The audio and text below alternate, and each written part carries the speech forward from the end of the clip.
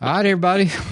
We back here again. Well, I'm back here again. I'm in the studio by myself here on beautiful Smith Lake in Coleman, Alabama. But I got Dustin. He's on the line. I guess you're still in Johnson City, Tennessee. I'm remote from Johnson City, Tennessee. All right, everybody. And tonight, once again, we have our very first repeat customer. What does that tell you, Dustin? I mean, that means at least we're like good enough to come on twice. I don't know. Yeah. We get laid the invite out and it got accepted, so that's a great thing. Anytime somebody will just return one of my texts, I look at that as a win. Yeah. Most of the time I'm blocked. But anyway, tonight we have Peyton Lowe. You guys will probably remember her. It was one of the very first it was an early episode. I didn't even go back and look and see which one it was. But you in there with us, Peyton? Yes, sir, I am. How are y'all? Good. I'm doing really good. Good. Well, that's because I've been warming up for an hour. So, yeah. And trying to learn this messenger stuff and trying to get all this thing to where to record where we can all get on here together. So I got you. So what you been up to for the last year? It's been basically a year. Well, let's see. So turkey season went out, and I went into a good week's worth of depression after that. And then I decided I guess I better go on with my life and wait till next year. And over the summer, I bought some property. I bought 200 acres in Aliceville, Alabama. And ever since then, I have been wide open between work and play and land manager, I guess you could call it. I've been wide open. So hunting deer a little bit, working a little bit. Well, how you feel about older men? Any woman that's got 200 acres, my goodness. Yeah.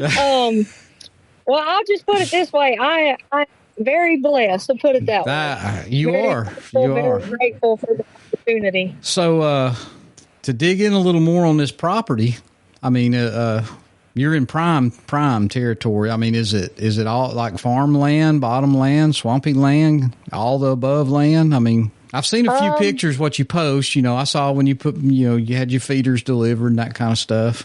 But I did. So most of my property, and I'm used to hunting in the hills, steep hills, and this.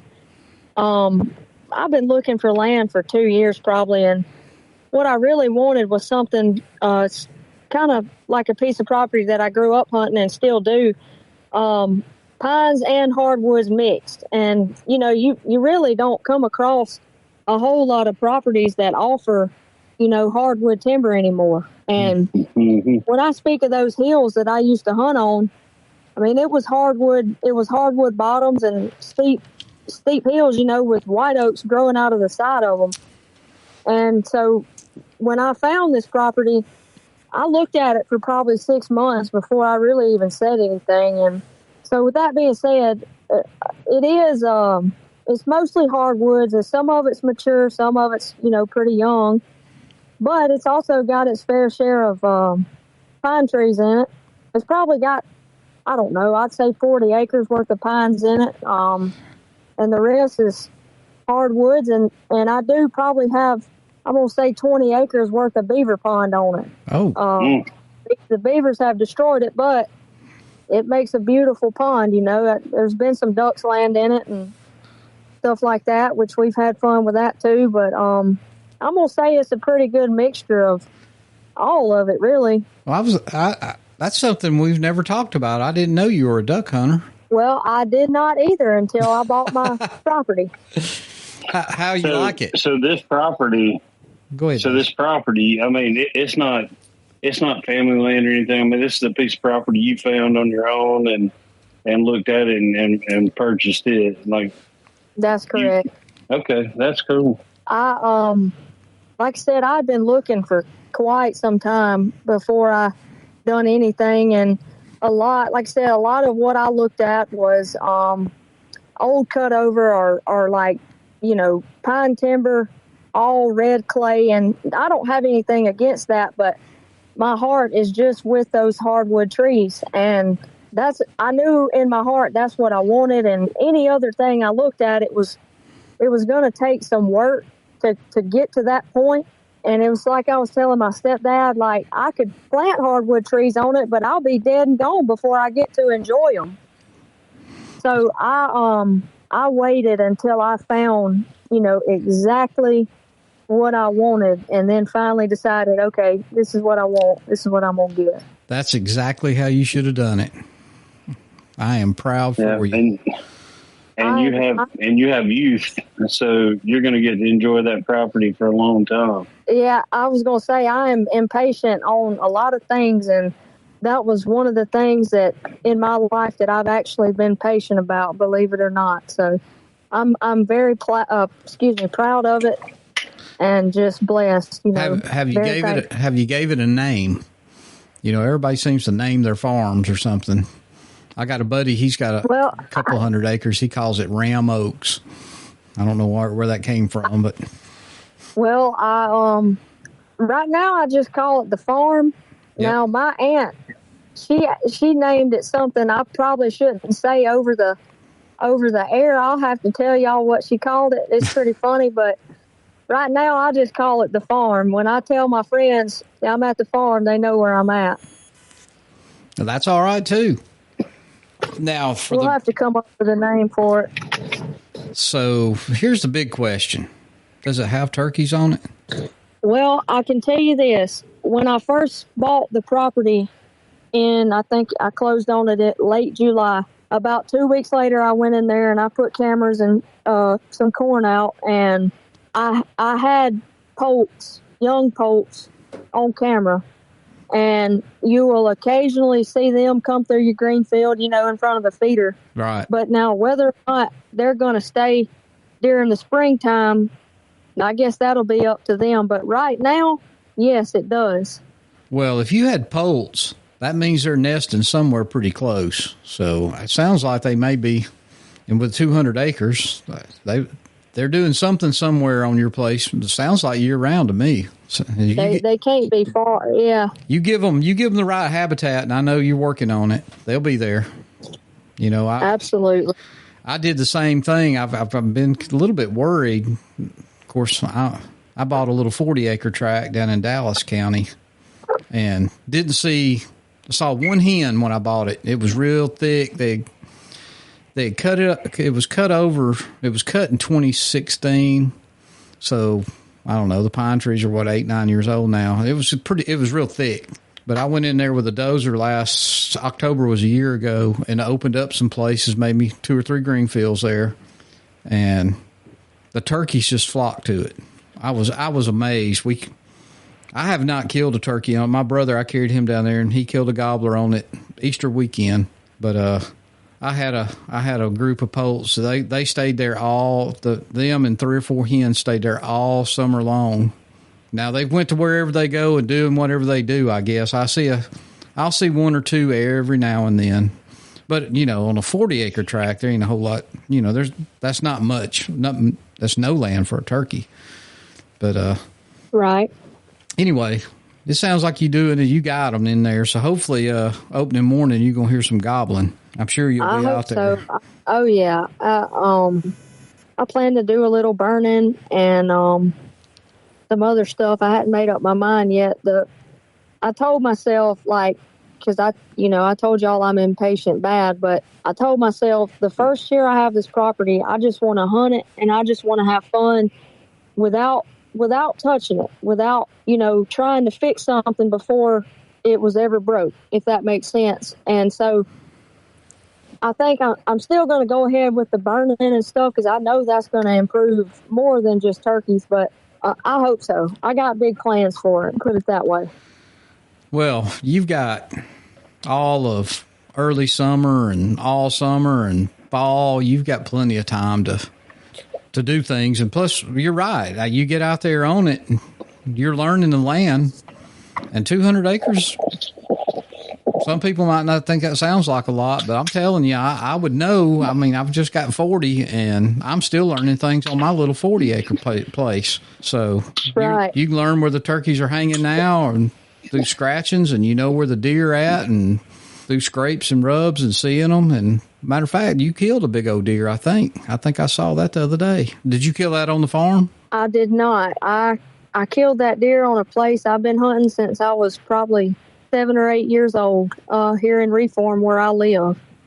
But it was a nice deer. I'll tell you what, when you said it was going on the wall, I said, you know what? That's one I'd put on the wall myself. It was a nice deer. Beautiful deer. Thank you. I had been watching that deer all year. The first picture I got of him, so this field, and if anybody's from around here and they know me, they're probably going to know exactly where I'm talking about. But the field's probably 200 yards long, or it's actually 210 yards from my shooting house to my camera. And we spent Thanksgiving weekend at the beach. And so my phone dings, and it's nothing for, 8, 10, 15 deer to come out in this field every afternoon.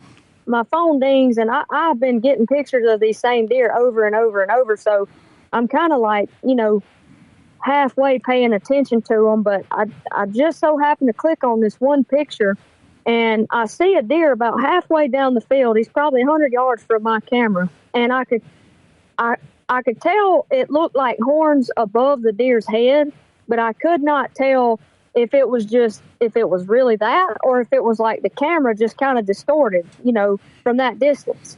Right. So, I get upset because I'm at the beach, I'm ready to go home. I want to hunt this deer and still don't know for sure if it's even a buck deer. I just think it is. Well, I get home from the beach that day about lunchtime, and I took me a small nap, and I go hunting. Well, I'm sitting there. The deer come out. There's probably 8 or 9 does in the field, and a buck comes out. Well, I shoot the deer. I killed the deer. He was a decent buck. I was tickled to death with him. And I thought to myself, like, I'm done deer hunting, because I don't really get into deer hunting anyway. I just do it to pass the time. That's exactly what I say.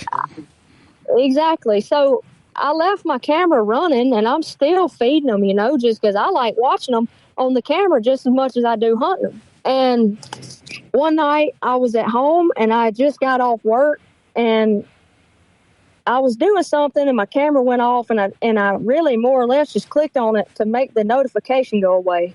And when I pulled it up, it was this deer standing right in front of my camera, like just looking at me. And I thought, oh my goodness, this deer right here, he's a good one. He's not just no, regular deer like I've ever killed. So I go up there, I hunt him for like 2 days after that. I don't see him, I just kind of just whatever and left it alone. Well, then some other stuff happened and kind of made it out like I thought the deer had gotten killed. And honestly, it didn't upset me that bad. So I just, went on doing what I do. And like, I think it was this past Saturday, my phone dings, and that deer is, again, looking right at my camera. And I said, okay, well, now that I know he's still alive, I'm about to go try to kill this deer. And so this is when the cold snap's coming up. And I'm like, I'm going to have to like really layer up to hunt this deer. And it ended up, Monday, it was so dang windy. And Tuesday, it was even windier. And thank God I put windows in my shooting house. Well, then Wednesday rolled around, and I was so glad that I put windows in my shooting house, which the wind was dead by Wednesday. But so I'm sitting there, and the wind by Wednesday, it was good.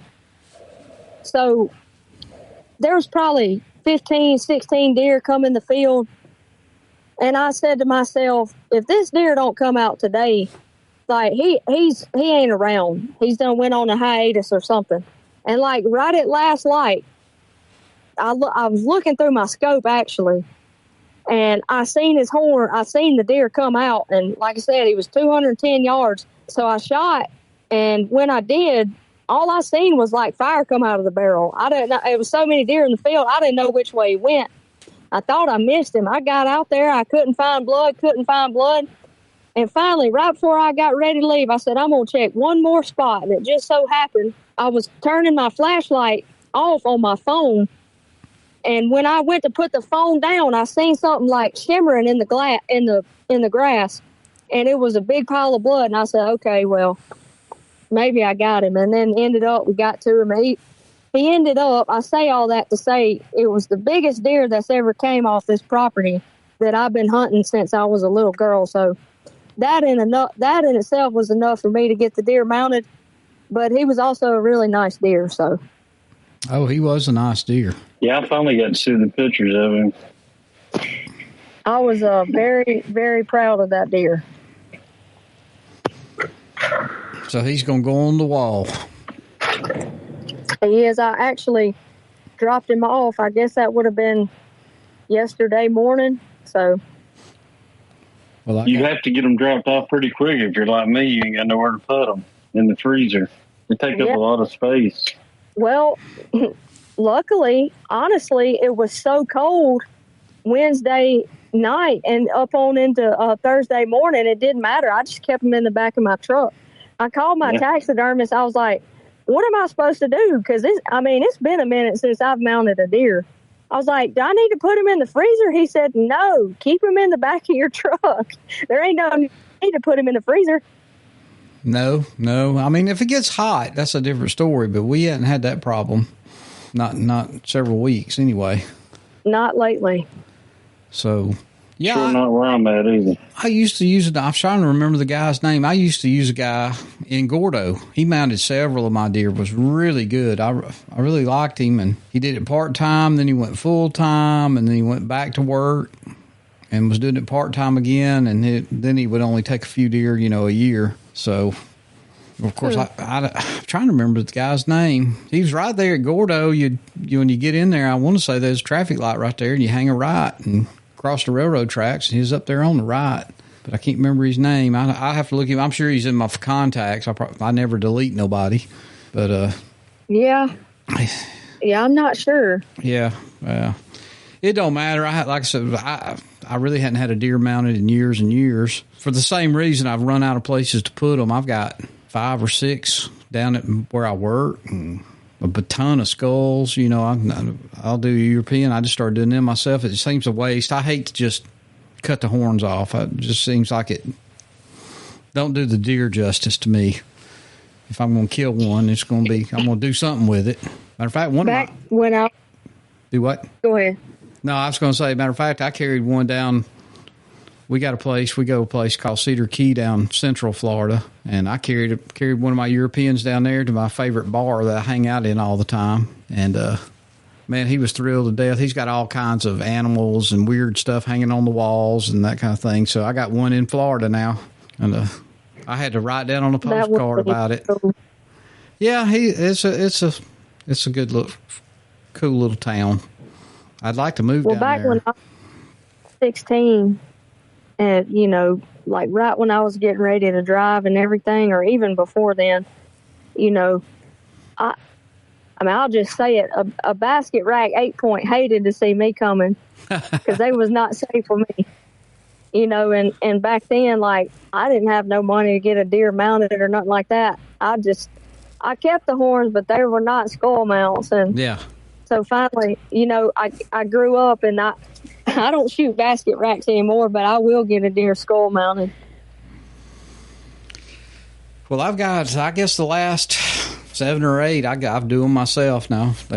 My wife will get mad. I'll leave them in the freezer because I get lazy, and say I'll do them after season. And of course, you ain't got but a few weeks, and it's turkey season, and I ain't gonna do it during turkey season. I sure don't have time for that, especially since me and Dustin got together. He keeps me on the road, so yeah. Then by the time we get done, I think, God, Dustin, when did we quit last year? It was middle of May, wasn't it? Somewhere around then. It was May the 26th. We was in Tennessee. Or something like that. I know I left for Houston. But remember, because we were hunting and I got called while we were in the woods. That's right. That's right. That's why we went ahead and just called at the end of the season. Yeah. But yep. Yeah, wasn't there a hurricane coming or something, if I remember right? Tornadoes hit there, and I went to help there, and then that's it. Yeah, so now I'm up here in Tennessee. We're working on where the river, Nolichucky River, flooded. It come out of the banks like a mile and a half, and it's terrible. It opened my eyes, though. I've always said where we live in hill country, at least we don't have to worry about floods. But after seeing what happened here, there's plenty of mountains here, and it can happen anywhere. Yeah, right. It's scary.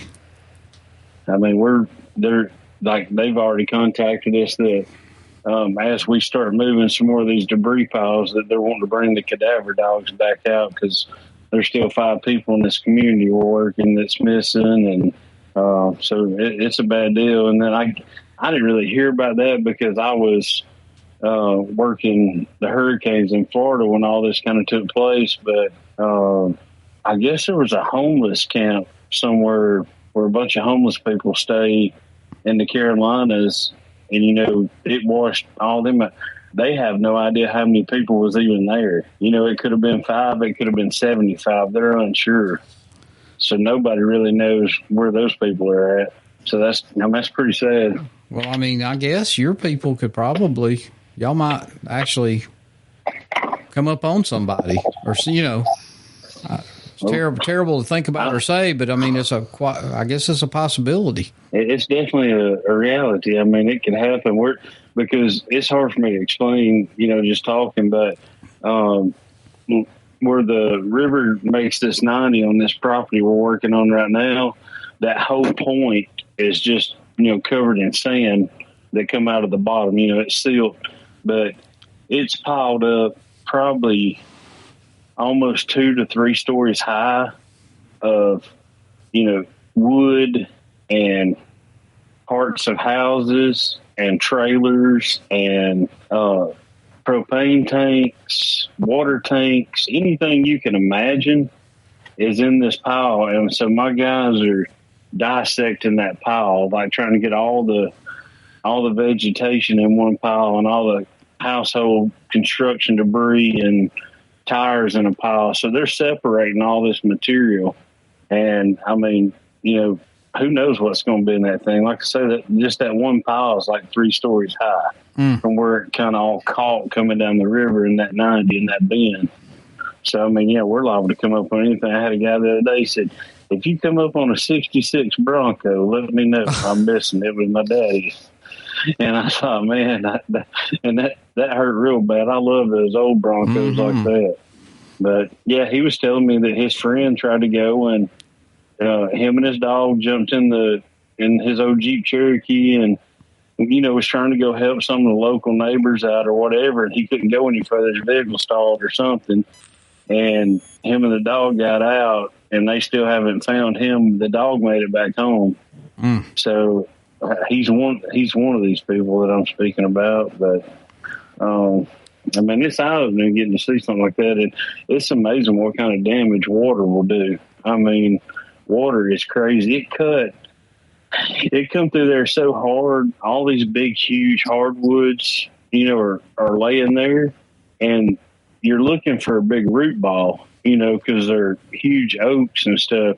Well, there's no root ball. It come down through there so hard and so fast, it sheared the bottom of the tree roots completely in half. And just like it cut them across the roots. There's no root ball. It just cut them off. Wow. It's crazy. Yeah, it's been crazy. But now I will say this little area we're working is full of turkeys. I mean, full of turkeys and full of deer too. Healthy, pretty looking deer. But Anthony, I sent you that video of those turkeys in the snow the other day. Oh yeah, yep. There's a ton of them.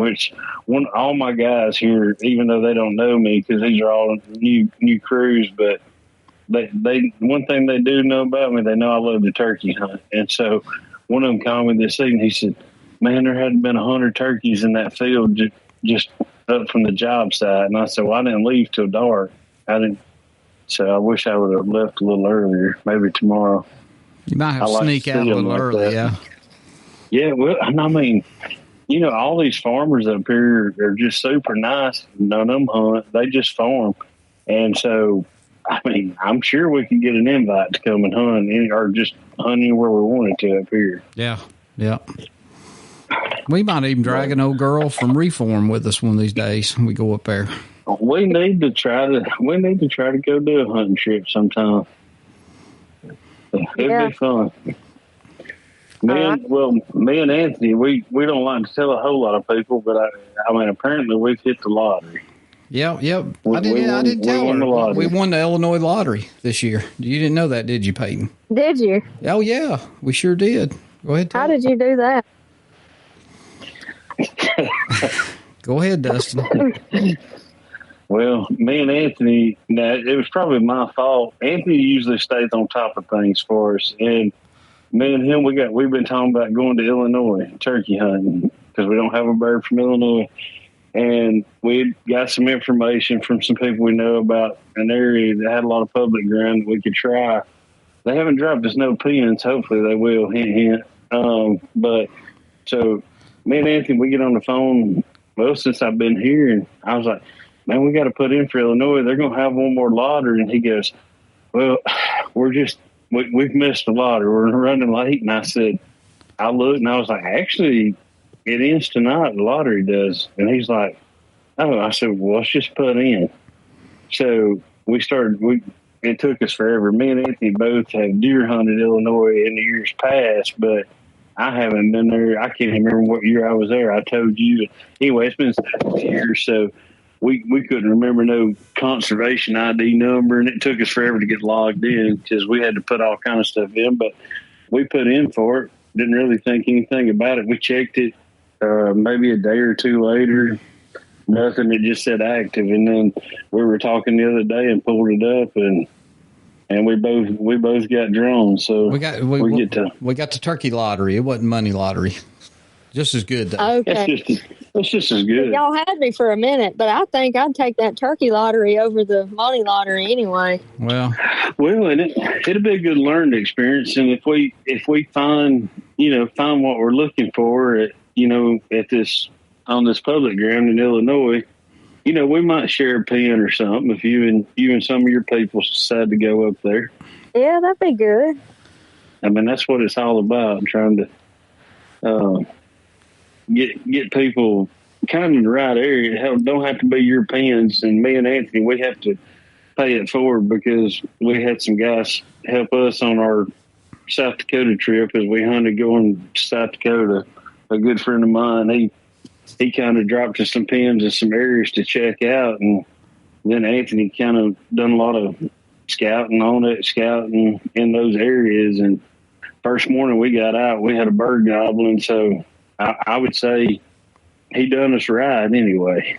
Yeah. And Anthony done his homework, so we heard a bird first morning we got out, which was great. Yeah, when you get that far from home, I mean, even hearing one is, at least you're in the ball game. It's a win. Yeah, that was Kansas. So. And then Nebraska worked out for us. I mean, we were on birds. I mean, I thought it was pretty good considering we'd never been to that part of the country, which we know some things. We learned some things. Well, we learned a lot in Nebraska. Have you hunted Nebraska before? I have not. We came through there on the way to South Dakota, but we did not stop. We're going back. Oh, yeah. I've got to go back. I didn't kill. He killed one in Nebraska. But I didn't. I killed. I killed one in Kansas, and he didn't kill one in Kansas. So, but when you only got a couple, 2 or 3 days, it's hard to do.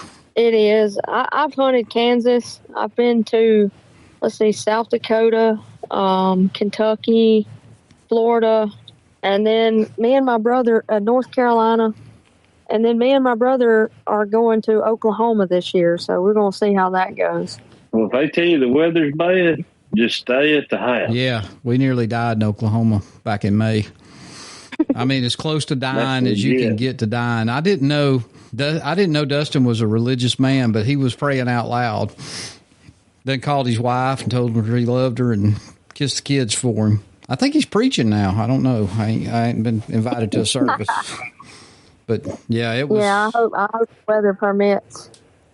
We've rolled the dice a couple of times now, and we've decided we're not rolling the dice anymore. If they give it that kind of weather, that's going to be the day that we try to rest or do something besides get out in tornadoes.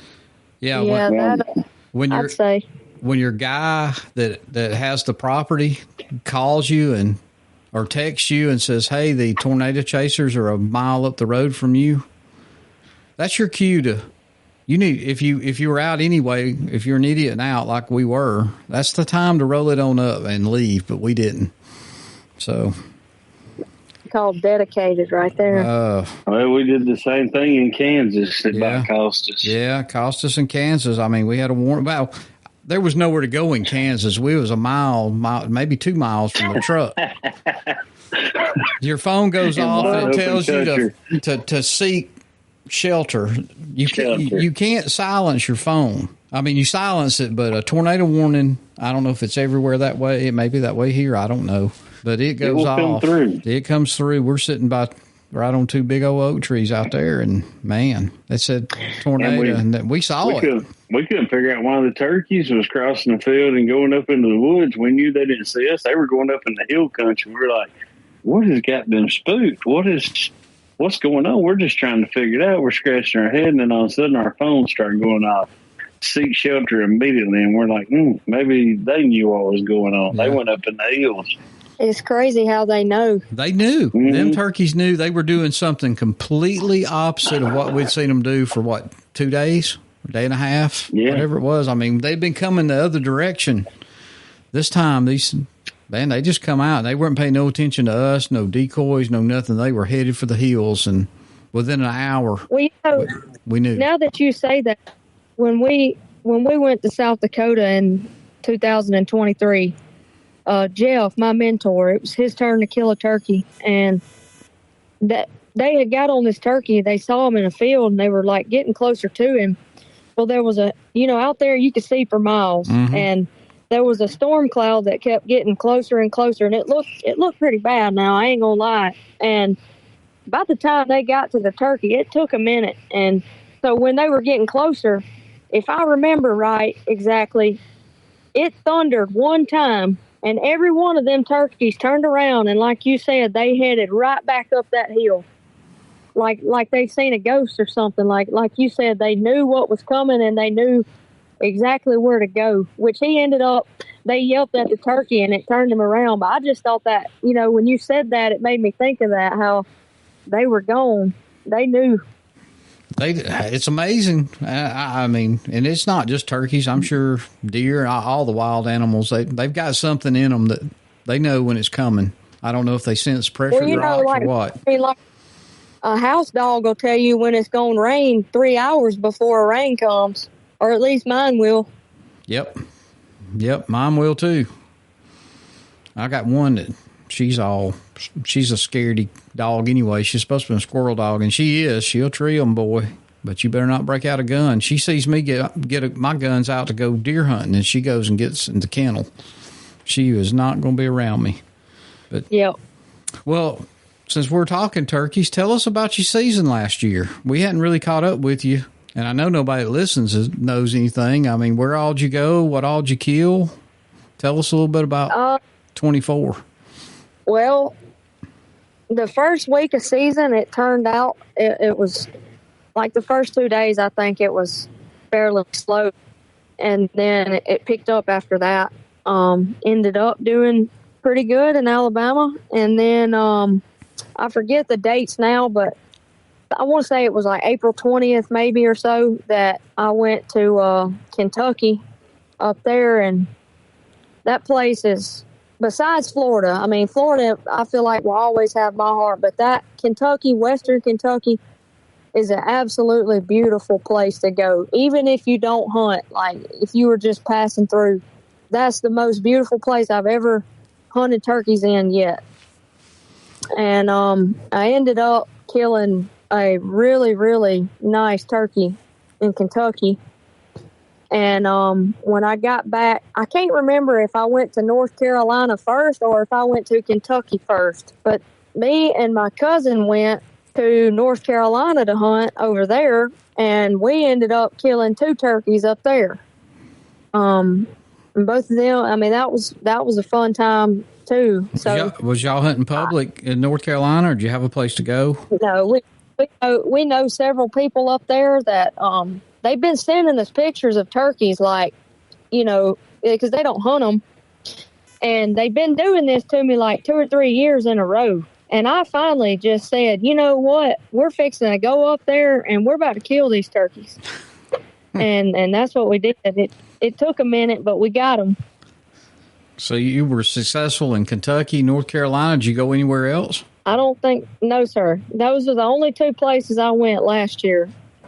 Other than Alabama, of course. Other than Alabama, yes, sir. I hunted here all season long. Well, did you find hunting Kentucky or North Carolina different? Did you have to change up any tactics, or I guess you spend a day or so just kind of learning what they're doing and where they're at? Yeah. The place that we hunted in North Carolina was, it was kind of similar to Kentucky because it had a lot of open ag fields. Maybe not as big. It was just, you may drive down the road and it may be a 5 or 6 acre field, you know, of row crop or something. And then it may be a small block of woods and then, you know, another field where we were at. And then in Kentucky, didn't y'all tell me y'all went hunted like around Paducah? We were Cadiz. Cadiz. Cadiz. That's what it is. That's exactly where I was at. So up there, y'all know, I mean, it's rolling hills, but it's still, you know, pretty hardwood bottoms and stuff like that. But honestly, it's beautiful. It is, and it's really, the tactics really were all the same, I guess, now that I think about it, on all the turkeys. It's just, what I was trying to say, I think, was I feel like when you can see turkeys, you hunt them better. Not because you can see them, but because your confidence goes up because you know they're there, if that makes sense. No, it makes perfect sense. You know, I'm willing to sit to a turkey that I know is there, you know, a heck of a lot longer than I would if you don't know the turkey you're hunting is anywhere in the country. And I guess that could go for anywhere you hunt, but I feel like I'm always at an advantage where I can see where I'm hunting. And, you know, that's something I don't get a lot here where I hunt in Alabama. So, no, you're right. It makes it tough when you can't see and they're not vocal and they're not making no sounds. You don't even know if there's one within a mile of you. It's hard to see it. It's really hard to see it. And a lot of days, like, that's the days you kill turkeys when you just want to get up and go home because it ain't nothing happening. If somebody can do that, and I still ain't figured it out yet, but somebody that has the patience to do that, I feel like kill a lot more turkeys on the hard days, you know.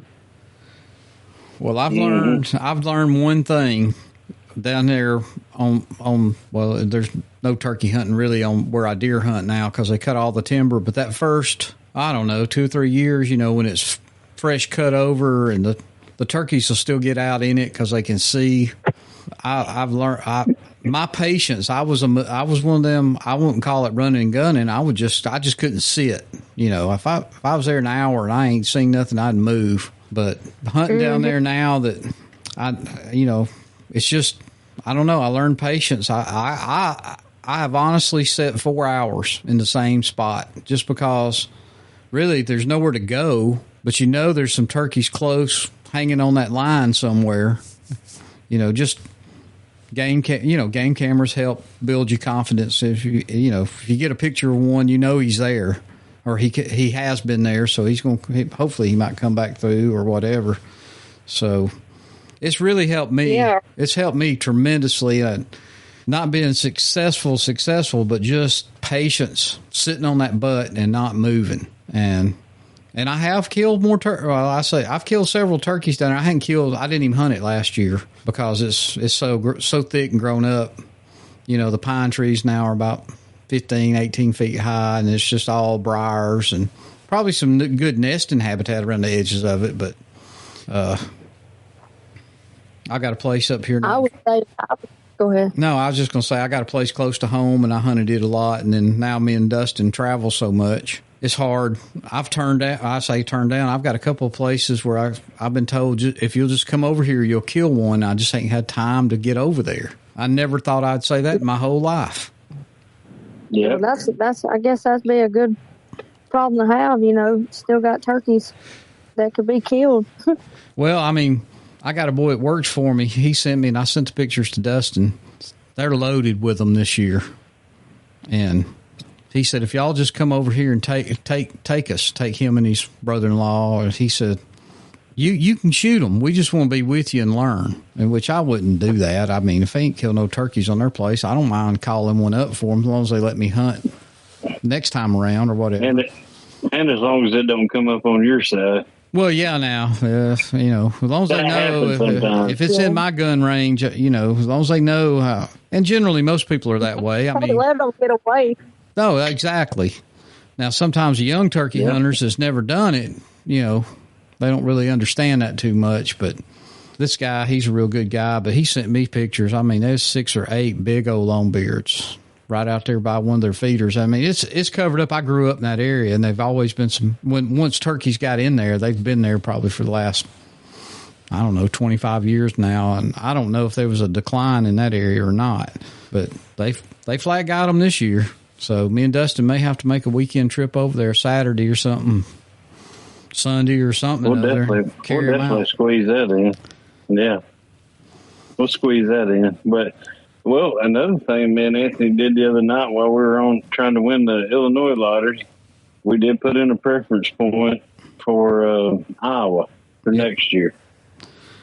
So we're going to try to do Iowa next year, Iowa and Missouri at the same time. So that's next on my list. Either Missouri or Maine.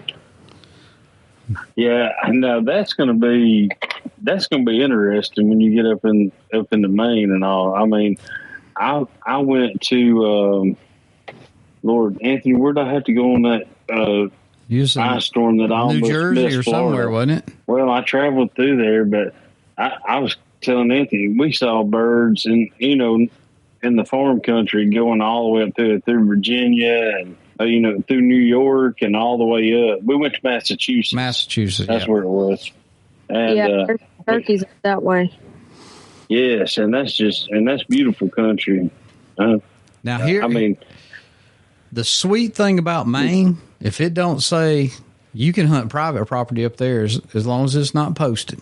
You can drive down the road, and if you see one, you can stop the truck and get out and go hunt them.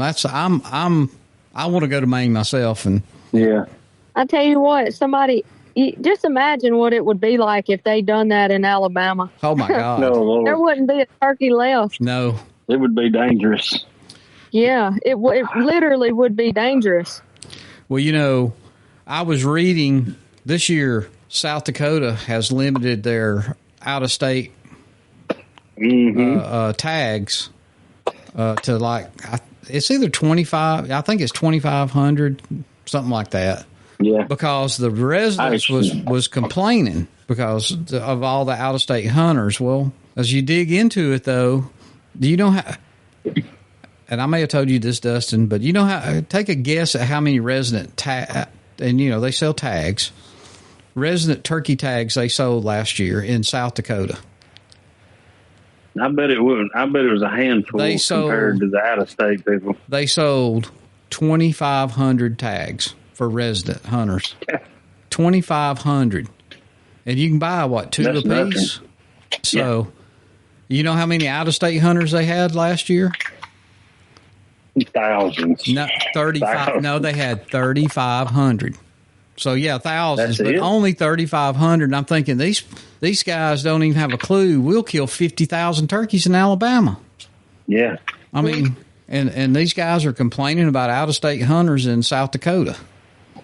But just think of all the revenue it brings in. Yeah, everybody forward to the reservations. Yeah. Now, you're right about that. And the reservation's totally different thing.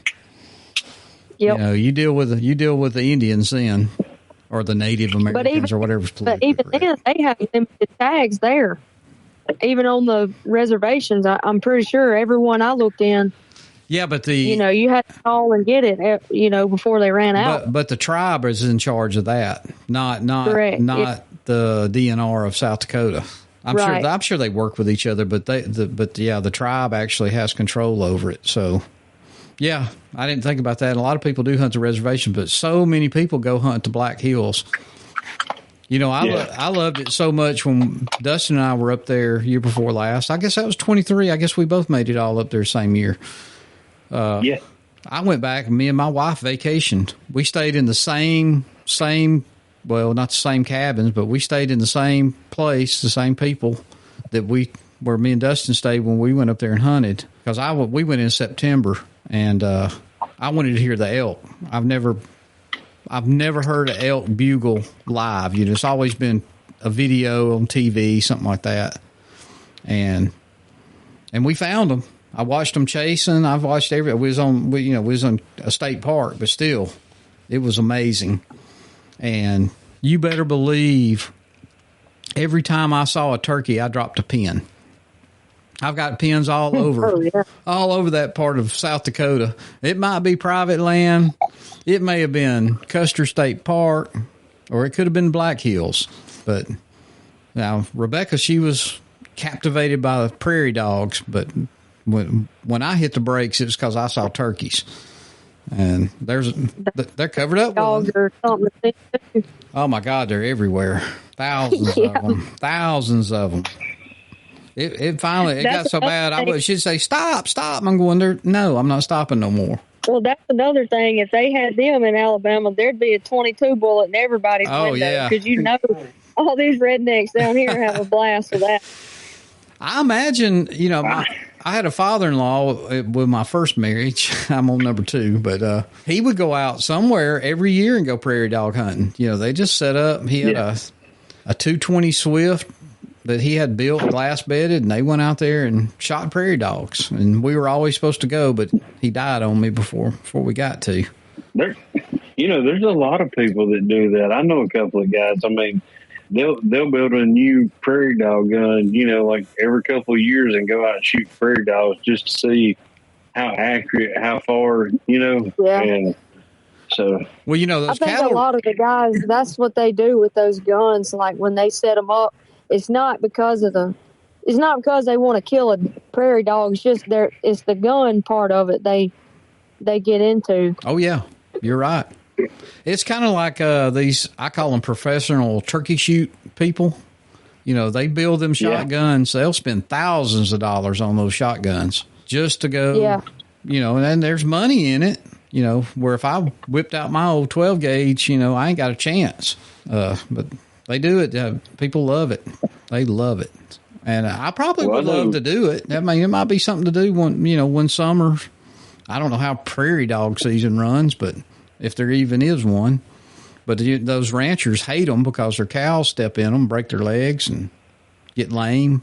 So they're always. That's what they want to pay money to do because they're a nuisance to everybody. Oh yeah. That's kind of like I feel like it's kind of a ripoff to pay somebody to shoot hogs. Yeah. Down here, people would love for you to come kill hogs. Kill all of them you want to. Well, I've got a feeder right now that's been destroyed this week. I've watched them rooted all over that place. They've beat the legs off of it. They've busted it. I think I had 9 or 10 in there yesterday morning, and then they were in there all day. It's been all week, ever since they knocked it over. I was so disgusted last weekend. I wouldn't even go down in there. It was too cold. First off, I was going to find a shooting house or something. I did not want to sit in that tripod in that wind, but I didn't even go down there and try to do anything because stinking hogs. I mean, anybody that says they want hogs, they don't know what they're talking about because they ain't nothing but a pain in the butt. Yeah. That's one problem I am so glad I don't have. I hope you never get them, too. We never had them down there, and we lost the property in 2014, and I got it back in 2016, and the hogs was there. and it has been a nightmare, and they're slowly taking over that whole 3,500 acres. A boy got, I didn't even tell you this, Dustin, within a half a mile of our camp, he got a picture of 2 sows and about 20 little bitty little ones you could just sit there and shoot like prairie dogs. So they're everywhere now. They're not just on the creeks. So I hope Peyton, you never have that problem. Yeah, I hope and pray, because once you get them, there's very little chance you're going to eradicate them. You can't shoot them out. Now, I know they having luck trapping, and they've come a long ways with it, with those drop nets and that kind of stuff. But, I know. Well, what's so scary is somebody could have a litter or whatever you call them in their backyard, and if they get out of that pen and take off, they'll turn wild, and then you just brought a huge problem to the next landowner over. Mm-hmm. Oh, yeah. That's what's scary to me. Well, I think that's half the problem in Alabama with hogs. Up until they made it illegal to keep them alive when you caught them or whatever, people was trapping them hogs. You'll never convince me different, and bringing them back home with them and turning them loose. But a domesticated hog, I read this, so I know it's true. For a domesticated animal, a hog will go feral faster than any other domesticated animal we have. Within a couple of weeks. That says like 16 days or something. Their appearance actually starts changing. I read that too. A wild hog, their tails aren't curly like an old pig in a pen somewhere. They're long, straightens out like a dog. And their old snout will get longer, and their hair gets longer. Now, they stink just like one. I shoot them now. Every now and then I'll carry one, get processed if it's a nice little sow, but most of the time I just leave them, let the coyotes eat them. I ain't even going to fool with them. I'll take a picture, but that'll be about it. Yep. But I'm going to get Dustin down to our place. I hope. I was going to get him down there this year, but nope. I have to go do cleanup. He's going to miss out on the hog hunting in February. All I got to do is go in there and dump out a 50-pound bag of corn and sit there. I think they can smell corn from a mile away. I may have to hunt them after turkey season. Well, we can do that too. You better bring your mosquito repellent and what's that little doodad thing we towed around with us? Thermacell. Yeah. Because the mosquitoes, they were complaining, last Saturday, before the front come through, it was in the 60s, nearly 70. And the mosquitoes down there had come out, and them boys that hunted, I had a funeral I had to go to Saturday. And so I didn't get down there Saturday night. But when they were all coming in by the time I pulled up, and they were all just raising Cain about the mosquitoes, had to eat them alive, I said, yeah. You ought to try turkey hunting down here once it starts warming up. Oh, yeah. So... that right there will make somebody quit turkey hunting before anything.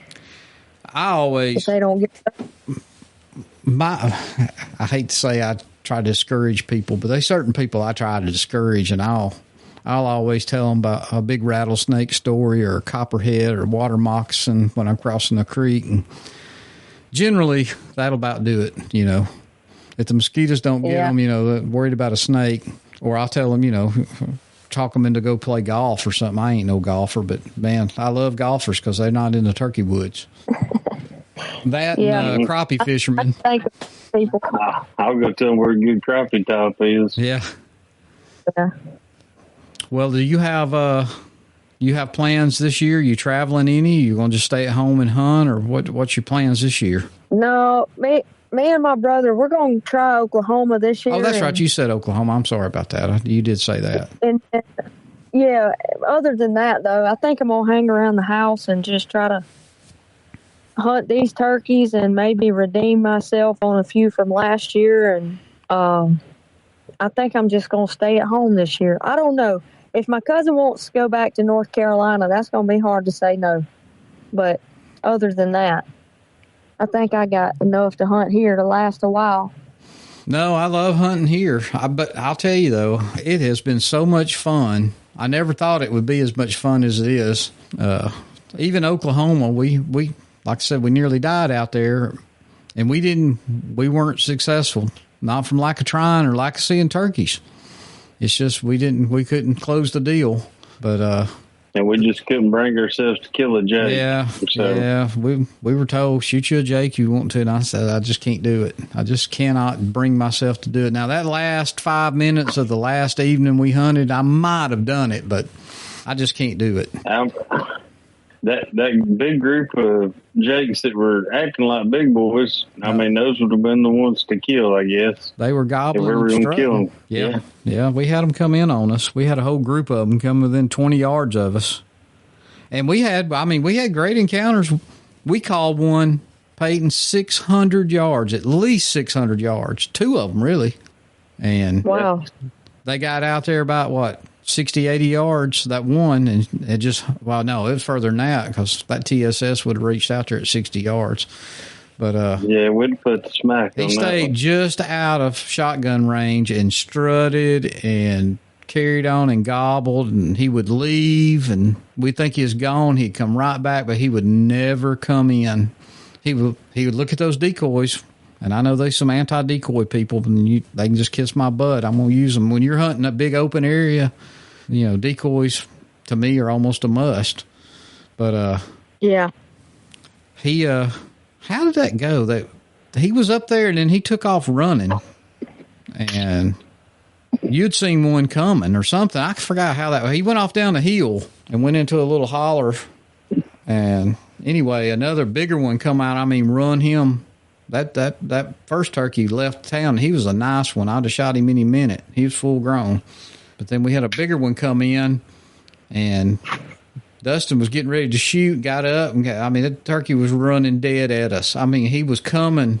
I guess he saw the decoys, but he was really in gun range, but he was coming so fast. I thought we was going to get a real good close up shot, and I was videoing, and a dang cow. Wasn't it a cow coming there and screwed it up?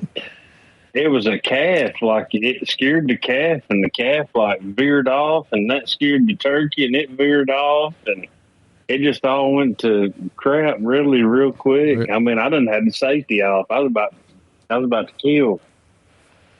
So, but calling that bird, we worked that one bird that was 600 yards away. He would come. It was hot. He would come out of the woods, out into that open, and we'd see him, and we'd work him. Well, we never got no response. He'd go back in the woods, and 30, 45 minutes later, he'd ease back out. And then finally that evening, as it started shading off, he was so far away that when we called to him, you could see his head that he was gobbling, but we couldn't hear him. He was that far off. It was, but he heard us. A cool encounter. Yeah. I mean, we were laying it to him once we found out that's what he liked, and you could. And when he got a little closer, you'd still see his head shake, and then you'd hear the gobble. He was so far away. Yeah, and them Rios, they do it different. They do. You can get. To me, you can get a lot more aggressive with them too, like more so than you could at Eastern. Well, have you been to Texas yet? Peyton? Have I been where now? To Texas. No, I haven't. That's a good trip too. We had a ball in Texas. We're definitely going to make that. We may not finish our 49, but Texas is going to be a repeat. I mean, I love Texas. I've kind of not to say overlooked Texas, but I always kind of felt like that's where just everybody wanted to go, and I wanted to. Now everybody tell you Texas is killed out and all this and that, but I know there's still turkey film, but yeah, that's one of the reasons I guess people talk me out of it and going other places, but I'm going to go, Lord willing, but I really wanted to try Oklahoma first, is what it was. Well, Oklahoma's definitely fun. It is. We had a great time. We haven't, other than the storm. Me and Anthony, yeah, we haven't hunted Georgia or Mississippi yet, and that's right there. I mean, that's at the house. We still got to do that, and then I've got a couple of guys I work out of town with that has properties in Arkansas that has invited us the last couple of years, and we can't even make time to do that. So I hope we do that soon, because this year I know we're doing Illinois, Tennessee, of course, again, and then Indiana. And where else have we got? Is that it? Well, I mean, if we had to, I got the invite. We go to Ontario. Yeah. I mean, and we may still make that happen. Well, who knows? It just depends on how the season goes, and because we can hunt them all the way to June. I don't know how it'll be. I finally saw an outfitter. I've got a friend up there I met when I fish up in Canada a lot, and this guy, he owns an outdoor. He's got some kind of outdoor brand called Rack Stacker or something like that, and he makes all kinds of stuff for deer hunting and fishing and that kind of thing. But he invited us to come up to his place and hunt. And I'll be honest with you, I didn't even know there's turkeys in Canada. I didn't even think about it. But I saw a guy advertising turkeys, he was about $1,000. Of course, now he's talking Canadian. I assume he is talking Canadian, which make it a little bit less, but I don't know if we'll get there or not. Last year we talked about Maine, but we just got wore out, and then you had to go on the storm. So that kind of just ended the season. So when he goes off on a storm, Peyton, I may have to call you. I may have to have a second go with me somewhere. Hey, I'll go. Well, that's the pretty cool thing about Maine was I'm pretty sure you can hunt them all the way up until June. Yeah, like the 6th or 8th of June, somewhere in there. Maybe a little bit later. That itself to me is just the experience of that is cool to me. Hunting turkeys in June. I've definitely never done that. I've never hunted till May 26th, but we did it this year. And we saw turkeys. Yeah. They just were done. They were done. We saw more poults from dropping out of the trees on our head that morning. They were actually raining turkeys on us. I've never had that happen before. Them things was hitting the ground and running in every direction. And then we saw a couple of hens with little bitty ones. I mean, still had their down on. They were nowhere near flying size. And that's when we knew it was over. We saw a gobbler out. He was crossing, and he paid no attention to us, decoys, nothing. He just, I knew it was done. It was over, at least for Tennessee.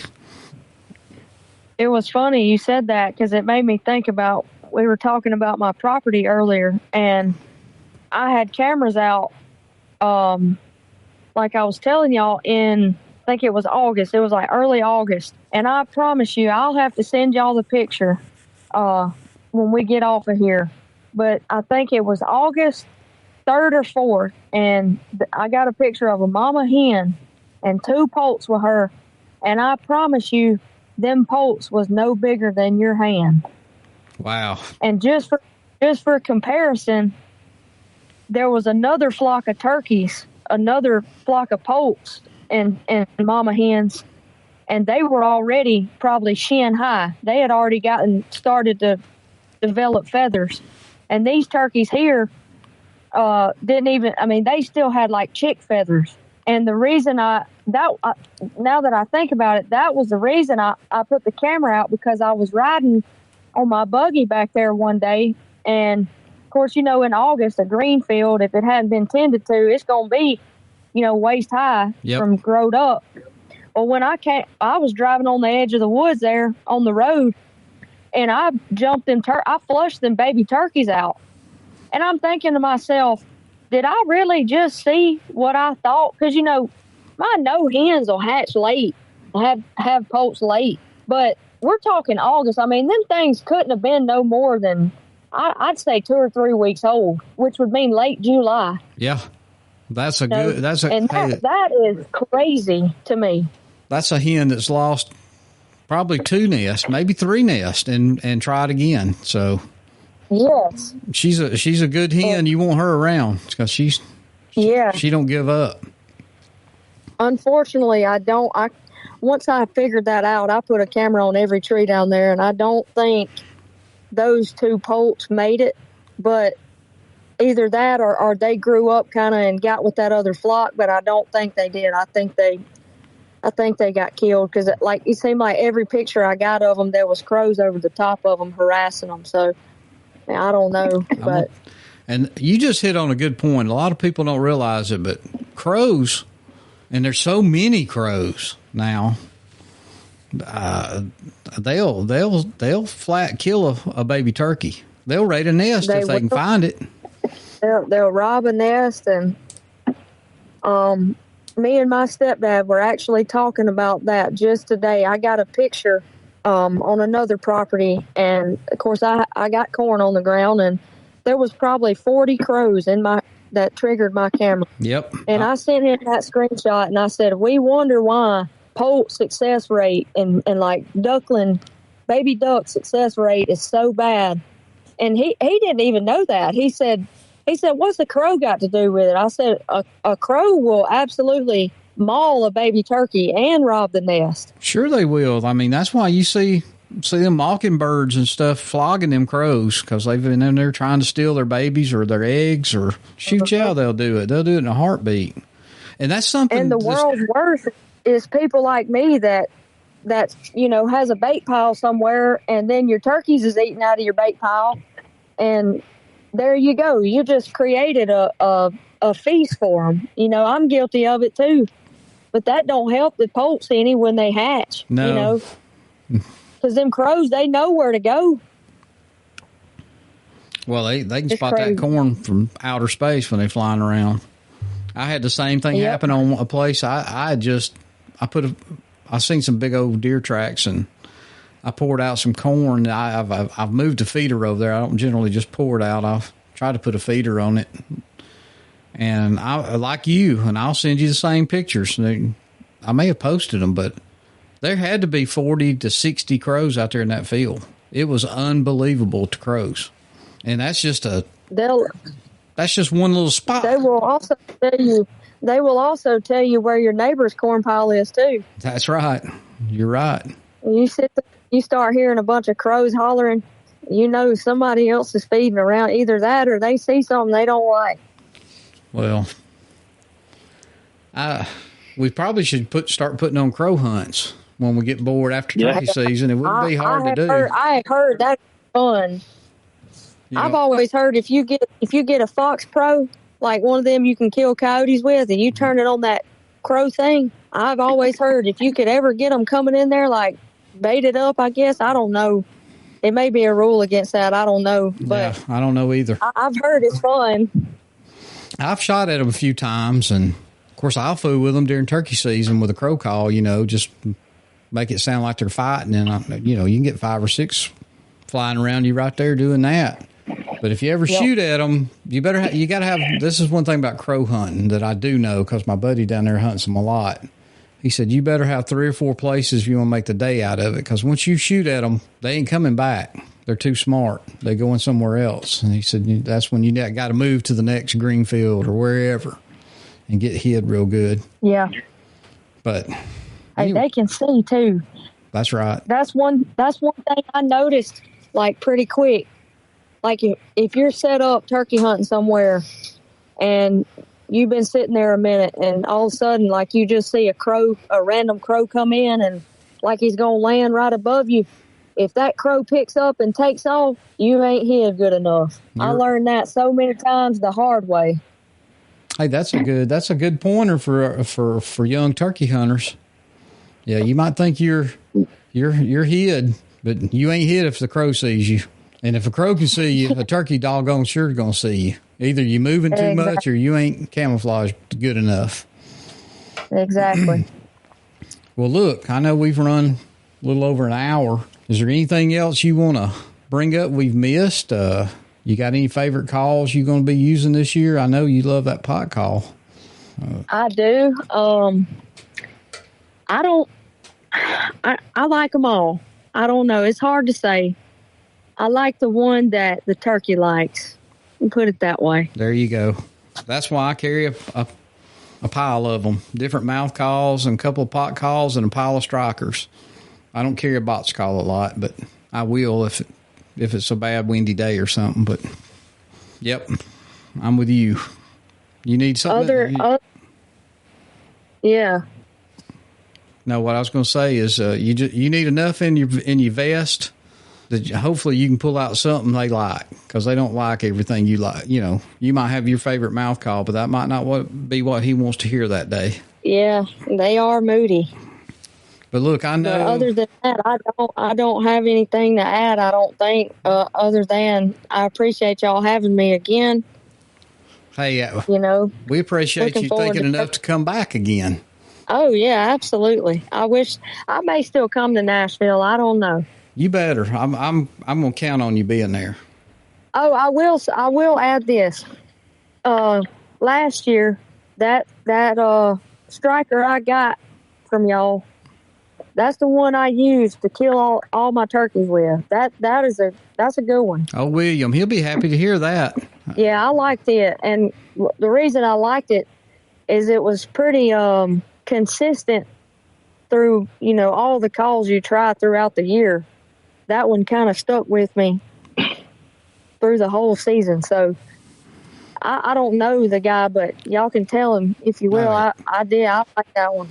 Yeah, William Terry. He owns Legacy Game Calls, and he hand turns every one of those. He don't go, you know, just buy them. That one I did. I used it all season, and I liked it. Well, that's what impressed us when you walked up to the table and you started picking up different strikers. It didn't really matter about the call too much. You was just trying to see how it performed on the call. And, yeah. When I was learning, I used a lot of those 2-piece strikers, and I'm not against those either now. It's just now I feel like I do a little bit better with, you know, one solid hand turned, just a striker, you know, that's one piece made out of something. Right. And that's really, honest to goodness, that is the number one reason I came to Nashville, because I wanted to go to every booth and try every single one of their one-piece strikers. And I ended up, I didn't buy but like 3 from, you know, as many booths that was there. I didn't buy but like 3, because there was only 3 that I was satisfied with, you know. But yeah, you can tell him I really did. I like that one. Well, hopefully you get to tell him yourself in person.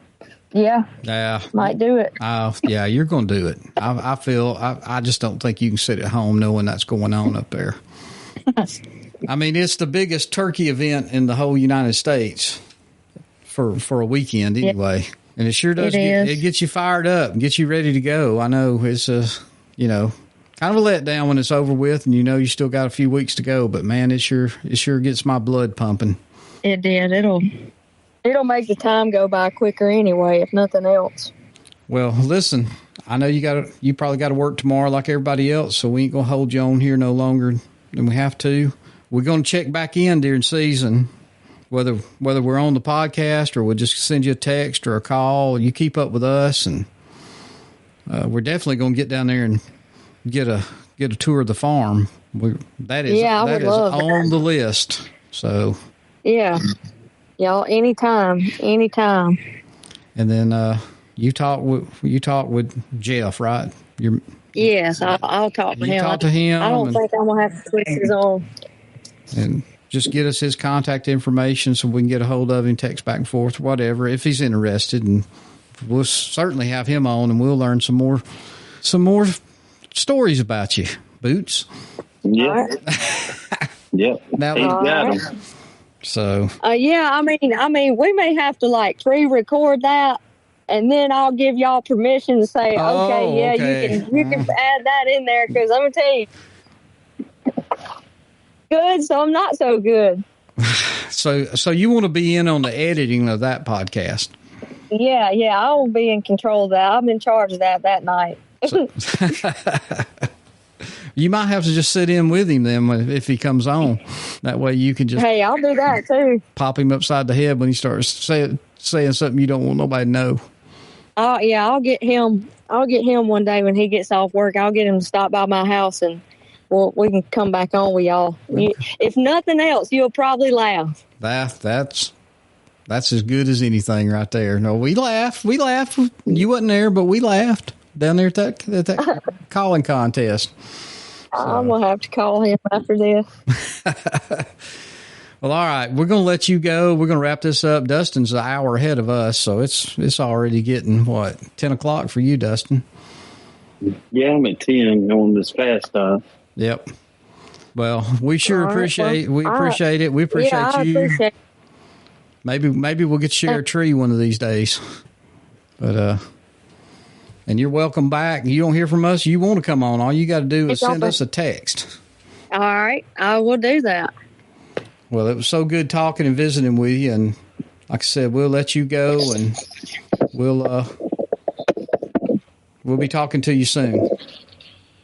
All right. Thank y'all. All right. Thank you. Have a good night. You too. See ya. Well, I think I heard her name good that time. Yeah. Her name didn't drop off, but I think I heard the little beat before we did it. This was, like I said, I think it was an excellent podcast. She's such a good, I won't call her girl, but she's a young lady.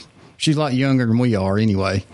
She's got more turkey seasons left than I do. Oh, good. Yeah. Me too. She's something else. She is a turkey killer. And she loves it. She can wear out a pot call. I'm just telling you. God, I wish she'd have got in that calling contest. But of course, she had something come up. But, there's always this year. That's right. So, anyway, I don't know what else we got left. Well, I'm glad that who is going to listen to this, thank you for listening. Yes. Whomever it is. Share it with a friend. Go out and rate us. Give us a rating, a good rating. Don't rate us if it's bad for you. Give us a good rating. Lie if you have to. But I guess the only thing left, I'm not going to beg Mossy Oak and Apex and Houndstooth and everybody else out there, but we're still here. Still lonely too. I ain't heard from nobody. But I do have a little turkey story if you want me to tell a turkey story, if you got time. Yeah, we got to do one of those this week. Well, since you told your embarrassing one, and I think I promised last week I had one, and it happened last year. And it happened on my property down there when me and my brother was hunting. So it's going to be short and sweet because it didn't really last that long, but me and him was hunting. I'll just go ahead and tell you that was Easter weekend, whenever that was in April. I guess it was April. And we'd hunted around that first morning. I guess it was first morning. And we'd left one big field and where we'd been listening and calling. It's covered up with tracks. We knew there's turkey somewhere around there. And we started walking back. And I know you hadn't been there. And whenever you come home and if I can get you down there, you'll know what I'm talking about. But we come out of that field and we walked the road back around, kind of toward the truck where we parked on the other side of the road that morning. But where I normally park, and we was going to hit the other road that goes to the other big green field and kind of ease around just see if we could slip up on one. And my brother, he was out in front of me, and we was kind of easing along, and he just stopped. I guess he was 6-8 feet in front of me, and he held his hand down, kind of like, don't move. I thought, he seen a turkey, and he started easing backwards. He kind of eased down. Of course, when if I did that or you did that, I'd know to get down and get back. So we both kind of fell down low as we could and kind of crawled backwards. And I said, what is it? He said, there's a big old gobbler down there in the road. And I'm like, oh, crap. I mean, we're kind of exposed. I mean, we're up there. There's a little bitty spot where I'm planning on putting a camper one day. It was my first little green field. I called it a green field. It was a green spot. It wasn't much bigger than this room. And we crawled back across it and got up on, like I said, these pine trees was planted probably in 2016, something like that. And we crawled up in there in the briars, and he said, call to him. He'd rather me call. I don't know if he's embarrassed about calling or just don't, anyway. So we're both set up, guns on our knees. I'm kind of behind him because I was really wanting him to kill one because I think I'd already killed a turkey. He hadn't killed one. And I called and called. I got the pot call out and I called and purred, clucked, everything. And we sat there, I know 45 minutes to an hour. And he kind of turned around and looked at me. He said, I don't know what you want to do. And I said, well, we're not going to move. If he was down there, if he didn't see us, he'll come around sooner or later unless he was with hens. But we hadn't heard a hen. We hadn't heard a gobble. We hadn't heard a drum. We hadn't heard nothing. So we sat there for another 30 minutes. So we're long into an hour and 15 minutes. And he said, that turkey's gone. And I said, I think you're right. I said, let's get on up and we'll ease on down around the road. I said, they may have went on down that green field if he's with hens. It probably went a quarter mile to the green field. And we're in the same setup walking. He was in ahead of me. And of course, we ease up to where he had spotted that turkey before. And I mean, he froze again. And I'm thinking, oh, crap, that turkey's still standing there. But this time he didn't really motion for me to stop. And so I stood there for a second and he turned around. We still had our face mask on or that kind of thing. I got that hat with the mask down that falls out of the hat. He pulled his face mask down. He said, you ain't gonna believe this. I said, what? He said, that turkey's still there. And I thought, well, why are you standing there? He said, come here and look. And we eased up there, and I'm looking. I don't really see no turkey. And I said, I don't see him. He says, right over there in the corner of the road where it makes that turn. And I got to looking, and we walked up another probably 10 or 15 feet, and I saw him. He was standing there. I mean, he was just pretty blowed up as you could get. A big old pine root ball. And he was just blowed. I mean, from the distance, I'm telling you, it looked. I gave him grief, and he looked at me. And he said, "Don't get on me. You're the one that was called to a tree stump for an hour and a half." Of course, I didn't. Of course, I didn't see it. But so now he didn't take blame for it. And I know you've met him at least once, but he don't say a whole lot. He just looked. He said, "You're the one that did all the calling." I said, "Yeah, but you saw the bird." He said, "I didn't see no bird. Apparently, it's a stump down there." So yeah, that was my embarrassment for the year.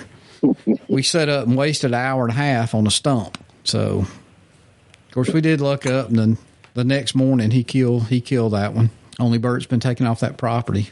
So, and we know there's more. I got pictures of several gobblers this summer out there. So hopefully me and you'll get the chance to go down and give it a try. He's done told me he's going down there. He said, I need to know every weekend y'all are out of state. And I said, why? He said, because I'm going down there to the crow farm. I said, no, you can't go unescorted. But anyway, so that was my story. And I guess I'm sticking to that one. So you just go ahead and be dreaming up one for next week. I will. I'll be trying to put one together. I'll be thinking about it. Well, good deal. Well, once again, I'm like you. I don't think everybody that's hung around this hour and a half listened to it. Peyton's a super, super young lady and very knowledgeable when it comes to turkey hunting, and she's a turkey killer. So, and if you couldn't tell by the passion when she gets to talking about it, she's eat up with it. She is eat up with it. So, anyway, I guess that's all I've got. Unless you got something else. Yes. All right. Well, like I said, I don't have nothing for tonight. Go out there, folks. Share us with your friends. You know, heck, get on your Facebook or Instagram or TikTok and let everybody know about us. We're growing. It's a slow growth, but we're growing. I think we're doing pretty good. Well, I don't think we're super boring. I know when we don't record because I get a call or two like, where y'all at? We didn't hear one this week. So a few people are listening. Yeah. Well, all right. Well, I guess until next week, I was going to use a tagline, but I don't have none of them pulled up. So, we'll talk about that too later on. But sounds good to me. Well, all right. Till next week, Meeting Two Nation. We'll see you in, I don't know, 7 days, 8 days, 9 days, whatever it is. See ya.